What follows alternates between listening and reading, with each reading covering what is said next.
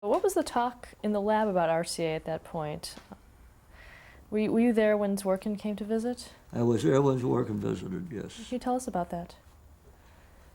A good side or a bad side? Your side.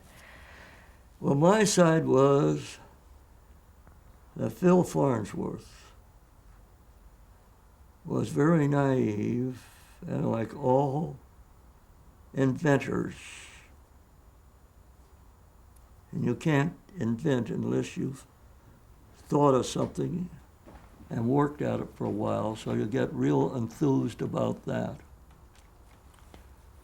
So the thing is, you want to tell somebody about that. This is what I'm doing. I'm going to scan it this way, like I'm going to interlace the scanning, or I'm going to change the shape of the wave a little bit so that this end will stay straighter. The thing is, you're interested in that. The other guy is trying to pick your brain to find out how you got that far. So you're a sitting duck for divulging things. In other words, inventors like to tell what they invented. And can you talk specifically about Zworkin when he came, what that was like? Well, Zworkin came out, and to me, I wasn't too impressed with the man. And the one thing that soured me on him was that I thought of that in Russia, but they wouldn't let me bring the papers out on it.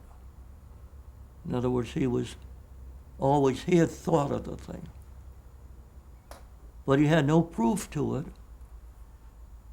And these were things that he was looking at that you had... That we were doing, yes. And then his deal with Cliff Gardner, offering a man a job.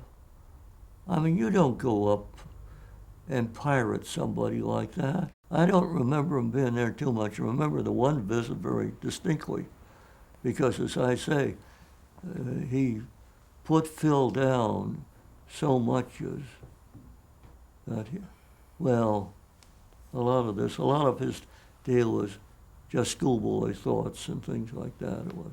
That's what he said about Phil's work. Yeah.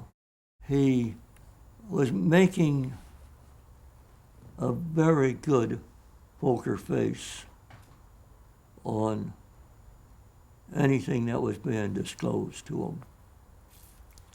In other words, he was trying not to let you know he was really enthused about the thing.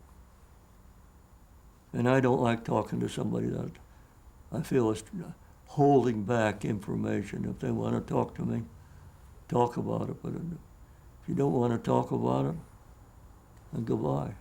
Yeah. And it's working to me. And then the proof of it was when we found out he had actually sent a telegram to Westinghouse to get his men in the lab there. He was at Westinghouse at the time. To get his men to build a tube build a detector tube, actually. And how did you find that out? Well, later on, there was some patent suits back and forth and information transferred, and Westinghouse got a little put out with RCA. And so they said, hey, did you people ever see this copy of this telegram? It came right out of the Westinghouse lab.